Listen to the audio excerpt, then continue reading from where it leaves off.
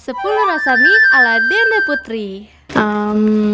Sekarang aku mau bikin mie goreng susu putih. Jadi toppingnya tuh susu kental manis nih, pakai susu kental manis fresh.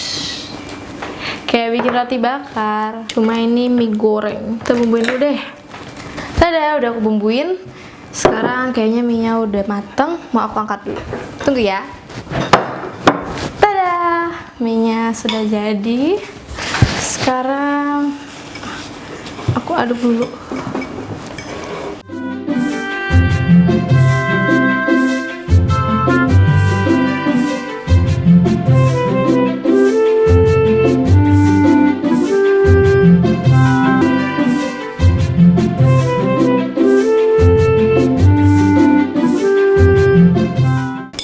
Tada, nih udah aku tuang susu kental manisnya.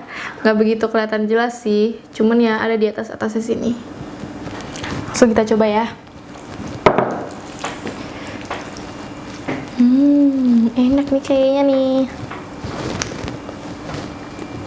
Udah kebanyakan.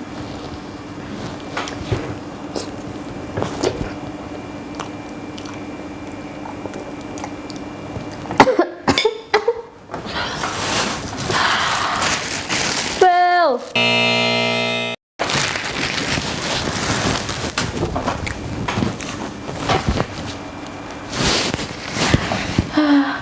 Nggak enak.